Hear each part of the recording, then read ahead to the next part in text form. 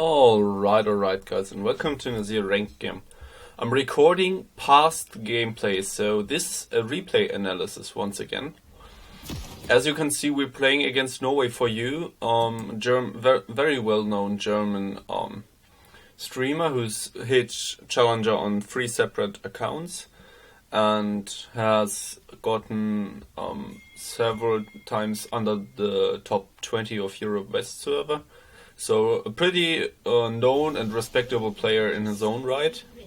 And we're playing against the challenger Qiyana mid lane. So I had a dual queue, the Echo here. We were dual queue, so that was kinda very helpful. I will, in this replay analysis, go in depth on item choices. This is the biggest part that you can take from this game, is item choices, as well as decision making, obviously. Let's put this HUD very small so that we have a lot of free space. Actually, I don't even need the frames. Let's get them away too. First of all, keep in mind Qiyana matchup. Qiyana herself is not really that strong a laner. She doesn't have too much wave clear. She has to use her Q abilities from range in order to be able to AoE impact the wave on range. The Grass Blade Q is definitely what helps her best, because she can then avoid any trade from me due to the invisibility. My game plan during the lane 1v1 is to force Qiyana to use abilities on the melee minions and then bait her to get the high range minions as well. And for every high range minion I want to trade efficiently. So as you can see now, she has to give up the first minion here. And I will try to continue to punish her for every single minion she tries to take, like this. I got 3 hits for her taking it with the Q, so she's just about 60% HP right now. Got another 3 hit. And this one should never have, she shouldn't have done that. As you can see, she let herself get chunked way too low, without me using too much mana, just for some 2 minions that she wanted to take, so she should have given up those two minions. So my goal is establish a lane lead, establish a minion lead as well, so she's so whenever she's trying to go for minions, I can punish her freely with abilities, because she has to clear the minions with her abilities. She's picking up the Grass Blades, as you can see, and is able to kind of clear the wave off of that. But she has also used a lot of her pots already. So with this wave I want to push it on the turret and poke her on the minions that she wants to take, those 3 minions. If I manage to have them cleared by enemy minions, then she takes a lot of damage. But she was able to clear them. Fiddlesticks, looking at the jungle matchup, Fiddlesticks is very weak in ganking. So what happened here is she engaged me on a large minion wave, which wasn't really intelligent because I had a HP advantage. And she doesn't really have a lot of burst yet. I zoned her into the brush, and then she either has to take the long way around or back to mid lane. Back to mid lane she would run into me getting killed, and long way around my Echo waited here and got a free kill. Generally speaking, she can't really all-in you in a minion wave this large. You can just face tank it with your E, and then you have more DPS than her, because she uses like 2 Qs, an auto attack and her dash, and then that's it. While you have the Hail of Blades advantage, plus Azir Soldier's DPS is generally pretty high. She gets the first back to lane, gets the first push because she has the home guards, and I had to clear the wave before getting back. So I will get most of this minion wave under turret, but she has a roam priority, so I ping, pretty important. The Fiddlesticks, talking about the jungle matchup, Fiddlesticks Echo matchup, both junglers prefer to farm up. Both junglers want to use the clear speed. Okay, top lane is snowballing kinda. We have a Hecarim with Ghost Ignite, so this is a strong laner. I push this wave, and on this pushed wave I want to deny Qiyana the access to her lane, which didn't really work out too well. I tanked most of her damage with her shield, And she went back over the wall and had no single cooldown left anymore, and I was still 50% HP. So even if Karma doesn't come here, I have more DPS than her, so that was really not a good play in general by her. She should have taken that short trade, which was pretty fine for her. But on the all-in side, she doesn't really win it. She doesn't have enough AD yet. And yeah, as you can see, her items, she is pretty in a bad spot right now. I have 10 minions on advantage, and I have an item advantage on top. So what happens here is NoWay just passing through. He's got level 5 already, and what's important is that his ganks on level 6 are pretty deadly. They're basically almost always a kill. And yeah, I am running Ignite as a means of kill pressure. It is definitely worth in the matchup. However, it's pretty rough against the ganks of Fiddlesticks to do anything with Ignite. So let's speed up what happens here. Just farming.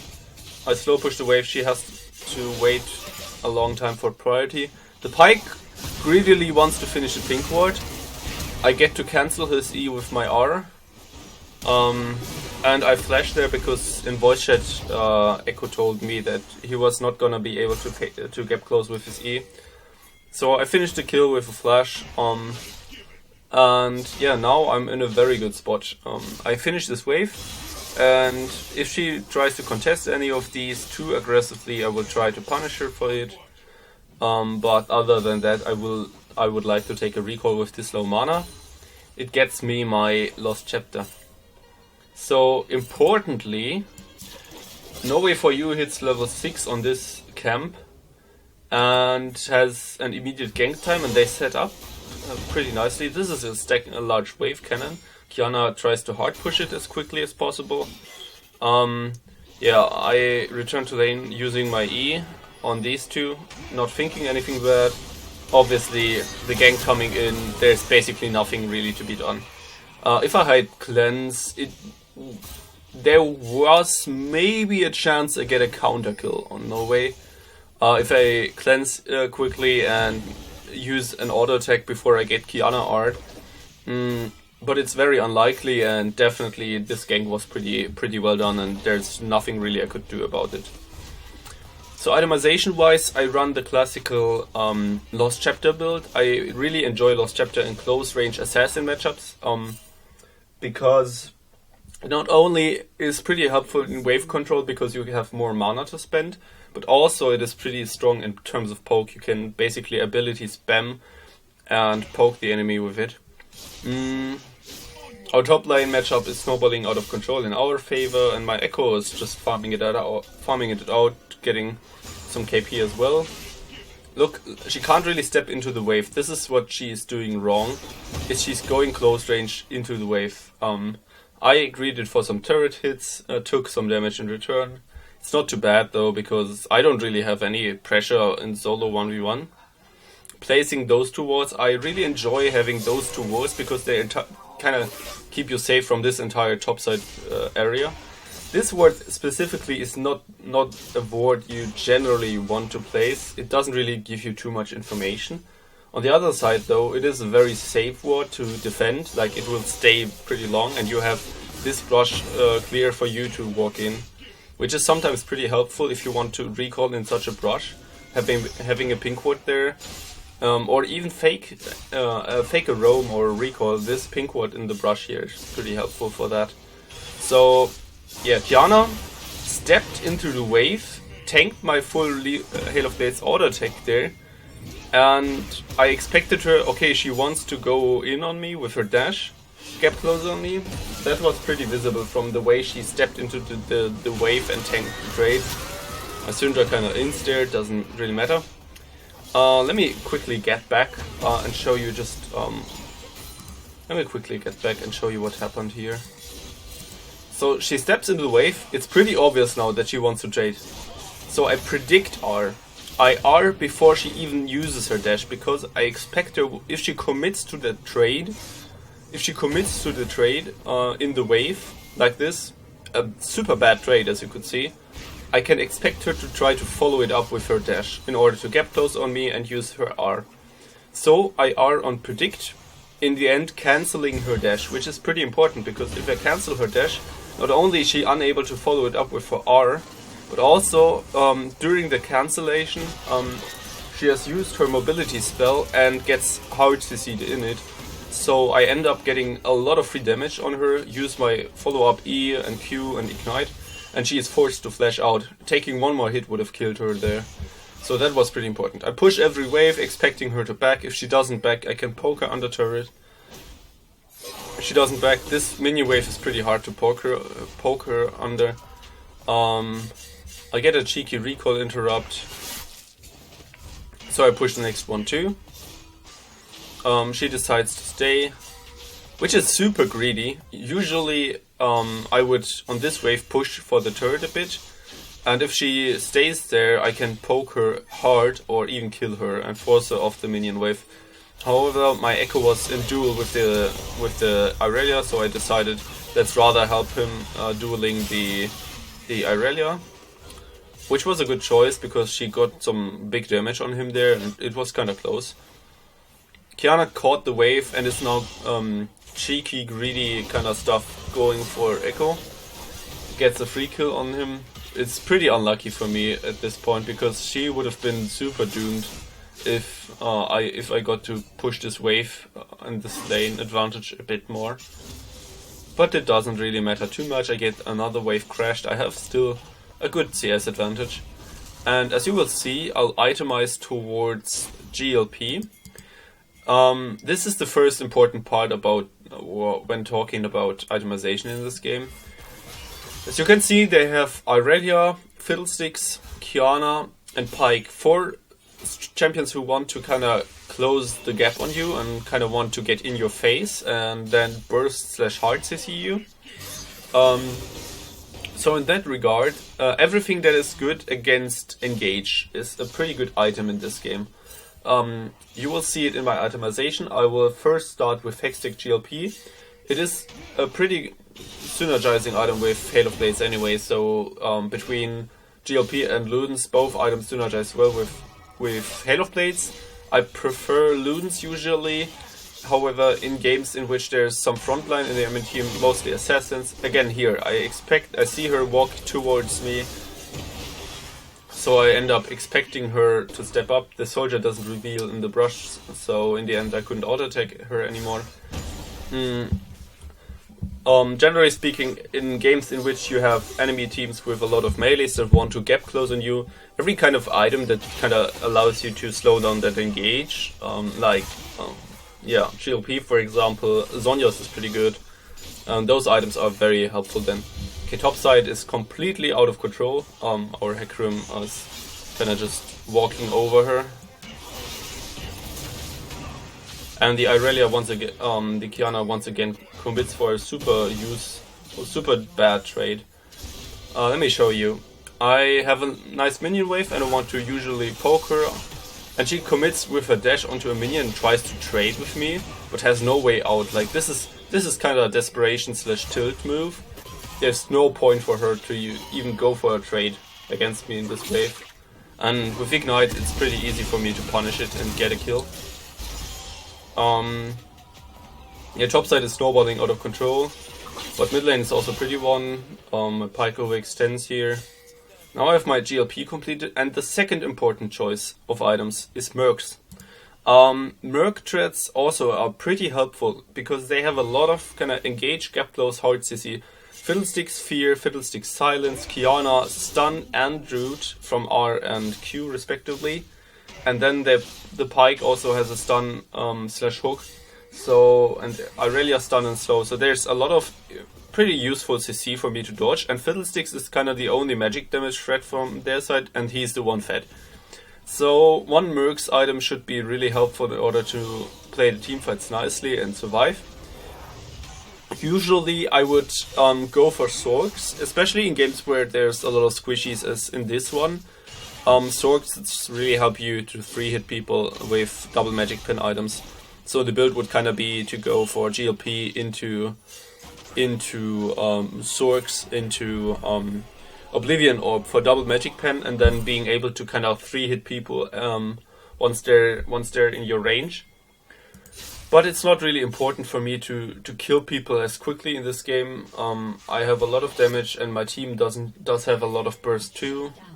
Mid lane, there's some Clown Fiesta starting, so I rotate instead of taking the wave. I see Fiddlesticks on the ward here, so I end up getting a pretty free shuffle. I want to do some hits before, so if I just dash on him, he might be fearing me in my dash immediately, end up not taking any damage before I attempt the shuffle, and if I'm unlucky, if I use the EQ dash, then I don't even have a Q anymore, and he might even be able to walk away after he fears me in the dash. So it's better to just use a WQ, hit him sometimes, and once he walks towards this brush to escape the area, then I can use a simple E in a line and collide with him and use the R. That's much safer there in this situation. Otherwise I would always try to EQ. So my team gets caught here. Pretty weird stuff what they're doing. Hecarim is a monster, just running over them. Yeah, I kind of rotate here. I find the pike with a nice shuffle. Really what happened here is a lot of Clown Fiesta-ish. Important one is keep track. I now itemize towards Fiendish Codex. It gives me the extra 10% CDR to close the gap towards 40% CDR, which is, in my opinion, a really good feat. I really enjoy having good CDR on Azir, because the ability to keep up triple soldiers enhances your DPS by way more than what you would have from a different item. Like, for example, if I went for a Nashor's Tooth into Realize Crystal Scepter, for example, or let's say Realize is not the best example, but Nashor's Tooth into maybe Liandry's. Then Liandry's is a very strong DPS term item. It gives me those 20, or I have 20% CDR at this point, and I end up having the Liandry's bonus effect, which is super strong DPS. If you have, however, Nashor's Tooth Plus, for example, I think Luden's Echo and Nashor's do have similar to exactly the same cost as Liandry's and Nashor's. So if I had Nashor's Tooth Plus Luden's, then I ended up having 40% CDR, not counting if I went for Transcendence, because I didn't count that in Nashor's Liandry's either. But I would have 40% CDR, and both items give similar AP as Nashor's plus Liandry's. I will have slightly more AP, but definitely not have the DPS from Luden's or from Liandry's, the DPS enhance. But those 40% CDR allow me to kind of keep up triple soldiers throughout every single fight that I'm in, like keep them up consistently. What you will find out is if you are pushing turrets, for example, you want to try to get your triple soldiers behind you so that you get the attack speed bonus, but with 20% CDR only and W on not the highest, or not a higher level yet, you will see and find out that it's pretty impossible to keep up triple soldiers, which is a different thing if you have 30% CDR or 40% CDR, which comes with Luden's and Nashor's. And that argument with triple soldiers is really strong because they double your attack speed bonus from your W passive, which is a bonus of about 40 to 50% as far as I remember correctly. So you end up having basically 1.5 bonus stingers, which is a bonus value of about 1.5k, and the attack speed bonus on Azir, I think with triple soldiers you always have way more DPS. The bonus attacks always are very strong on Azir, hence everyone likes to buy Nashor's and likes the attack speed runes.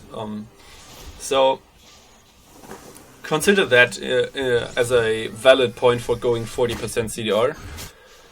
At this point I ignored the mobility from E and Q, the repositioning I just went for the raw DPS argument. You can do the same argument for all your other spells. Azir is pretty spell intensive. You are pretty happy if you're able to use E and Q regularly, because that allows you to play the teamfights much more aggressively, because you can reposition yourself and the soldiers more often.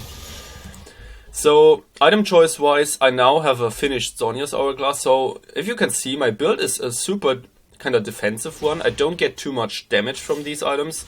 Neither Mercs nor Zhonya's do really help in terms of damage. But I now can avoid basically every threat they have. I don't get chain CC'd so easily with the Mercs. And my Zhonya's allows me to dodge, for example, a Qiyana R, a Pyke R, a Fiddlesticks R even. Those crucial ultimates, which kind of change the teamfight for them. So I'm looking to go for shuffle on these two, but used R too early, and it ended up being a reverse shuffle rather than a normal one. It's not too bad anyway.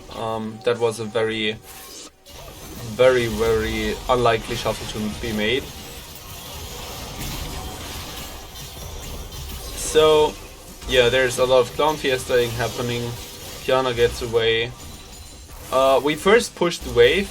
I want them to be stuck in front of my turret, at the inhib turret, and then we rotate towards Dragon, which is a free objective. At this point the game is kinda over. I have Dark Seal with 40 AP, so there's so much value gained from this item.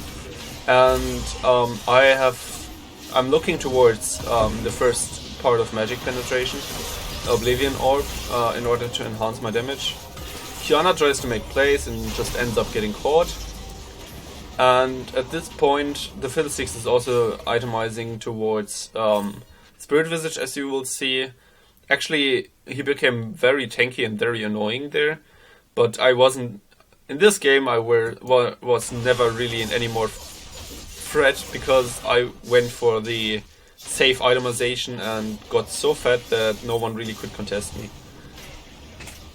So at this point, what I decide to do is, as I see there's a lot of clown fiestaing happening, fights for no reason or no objective, I start to side lane a bit, I get myself some jungle camps, the blue buff, and now I look to just get as much solo XP, solo gold as possible, which is always something you want to do as Azir especially, but on other champs too. Generally speaking, you want to play on multiple lanes in order to have several champs get solo XP, and to just increase your XP and CS gain over time and have priority in these lanes. As you can see, someone has to answer this, or this is a full cannon minion wave getting lost, and it kind of creates a little bit of pressure against their turrets all the time. So what happens here is some clown fiesta once again. Fiddlesticks has become really tanky with the Spirit Visage. We get numerous catches here. The Qiyana outplays my pre-made brilliantly. It is a challenger Qiyana, so you have to expect some mechanics from her.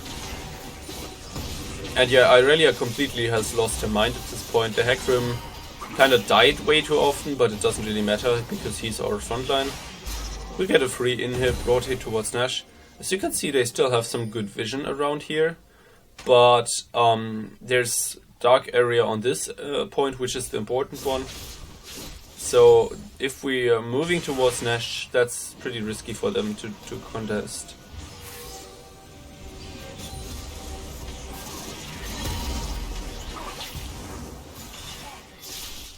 So we get some bit of damage on Pyke. Qiyana for some reason decides to go over the wall here. I want to do a fancy shuffle on the Pyke, which didn't work because I got stuck on this wall and he got away with his E anyway. But Qiyana was totally out of position there for no reason. This was a fancy shuffle though, but I didn't manage to flash behind them.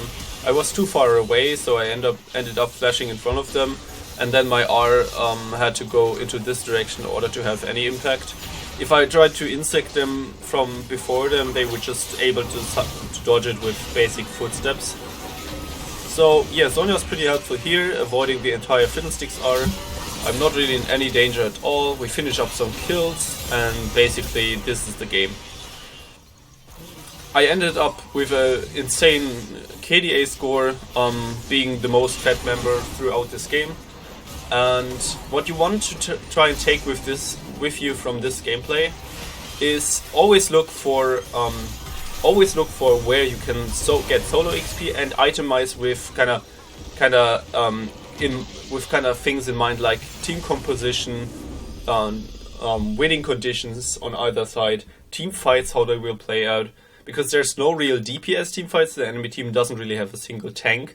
I don't really need to go for Nashor's Tooth, because I will not be hitting as much as I will use just a shuffle or an ability rotation in order to try to poke or burst someone out. My team has a lot of burst as well, so the team fights are much more explosive and much more focused on who has the best flank, who has the better engage, who gets the first strike, who has the bigger AoE Rs. So what we want to do is to avoid enemy key cooldowns like their Rs, for example. I buy Nashors. To avoid getting chain CC'd in such a situation is pretty helpful with the Mercs. And then to kind of zone control and to do the most with basic abilities, I use the 40% CDR and some Magic Pen. So yeah, itemize with those things in mind and you will have much easier games. Thanks for watching, guys. Thanks for listening, and see you in the next one, which will be a live commentary.